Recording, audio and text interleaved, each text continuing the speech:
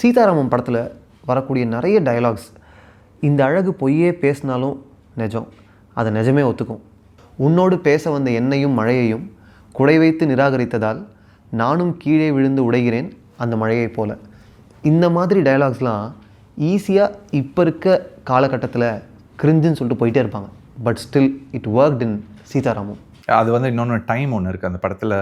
பெரிய ஒரு ஹெல்ப் வந்து எந்த பீரியடில் அந்த கதை நடக்குதுன்னு, அந்த பீரியட்னால இதை நிறைய இது பண்ணி, இது கண்டிப்பாக ஒரு மாடர்ன் டைமில் இப்போ நடக்கிற ஒரு ஸ்டோரியாக பண்ணியிருந்தா ஒர்க் ஆயிருக்காது. இந்த டயலாக்ஸ் எதுவுமே ஒர்க் இருக்காது. அந்த படத்தில் எழுதின ஒரு 75% டயலாக் இப்போ யூஸ் பண்ணியிருக்க முடியாது, பாட்டு யூஸ் பண்ணியிருக்க முடியாது, அதில் இருக்கிற சாங்ஸ் இப்போ கொண்டு வந்திருக்க முடியாது. அது அந்த பீரியடில் அந்த கதை பார்க்கும்போது அதில் ஒரு பியூரிட்டி இருக்குது, அந்த ஒரு கதையில் ஒரு பியூரிட்டி இருக்குது. அவங்க 2 பேரோட கேரக்டர்ஸில் ஒரு அவ்வளவு உண்மை இருக்குது, அவ்வளவு அழகு இருக்குது.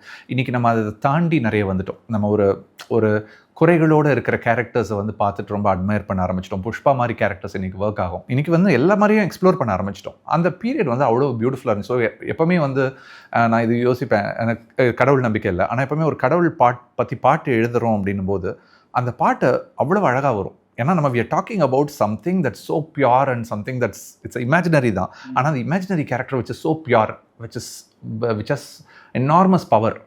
அப்படி ஒரு இதை பற்றி நம்ம எழுதுகிறோன்னும் போது இட் கிவ்ஸ் ஒரு நல்ல ஒரு ஃப்ளோ எழுதும்போது.